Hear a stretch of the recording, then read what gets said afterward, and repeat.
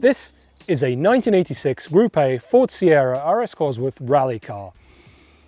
It technically belongs to a very good friend of mine, but it is currently being stored at my place, and I'd say in terms of work hours put into it, it's about 50-50.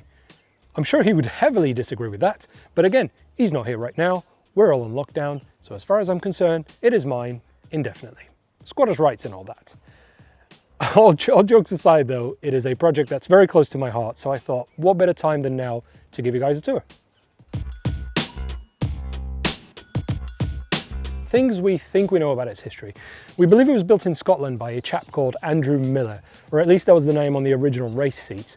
It then got bought and taken over to Ireland, where it was rallied for 2 years until it unfortunately got married to a ditch. The owner at the time put it into storage for 17 years until 2015, where we actually got it.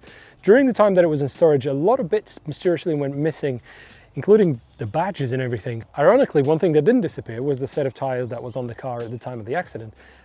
We still got those, completely down to the wire, which may explain why it happened in the first place. But yeah, it certainly wasn't a looker by the time we got it, but it's been a labour of love, and as you can see, it's got a new front end, so that's a major improvement. The RS500 front bumper certainly won't look out of place bouncing off of dirt banks, so that will most likely stay. It's still looking a bit naked at the moment, but the keen-eyed amongst you might notice that the base colours are the same as Didier Auriol's WRC Sierra, and you'd be right. For all its success in circuit racing, the Sierra's only ever victory in a WRC event was in 1988's Tour de Corse at the hands of Didier Auriol, and when it is finished, it will hopefully look like some sort of tribute to that.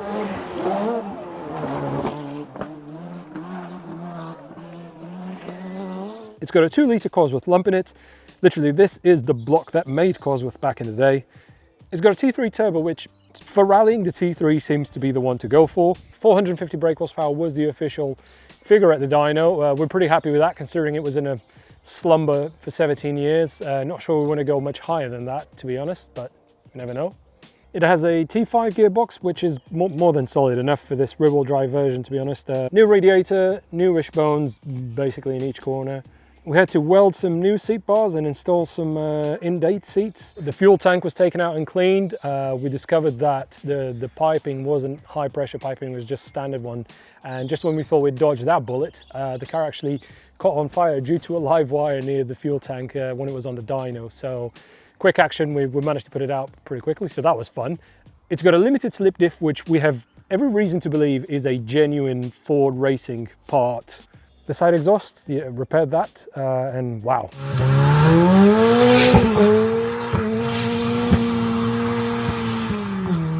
One other thing that we found actually when we got it was that it had air jacks, which makes me think that at some point in the past it must have gone through a circuit racing spell, which got me quite excited. I'm all about the RS500 Golden Era touring cars, and that was kind of the vision I had for this project. However, forgive me for being a bit stereotypical here, my friend being Irish, his vision was much more rally focused. So we ended up compromising, and I think initially we're going to try and do some MSN rally events at an MSV circuit, maybe Alton Park, Brands Hatch, just to see where we're at with the car, and then potentially some hill climb events might be on the cards as well, with the ultimate goal being Rally Barbados. I'm not going to tell you much about it, just look it up. It has got to be one of the craziest rally events on the planet, and one where I think this car would feel right at home. So there you have it. Again, unfortunately, because we're on lockdown, it would be totally irresponsible to take the car out for a drive today, so we shan't be doing that.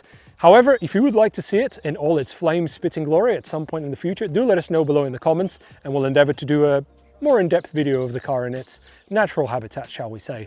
Regardless, I hope you've enjoyed this bit of content under the circumstances. Until then, stay home, stay safe.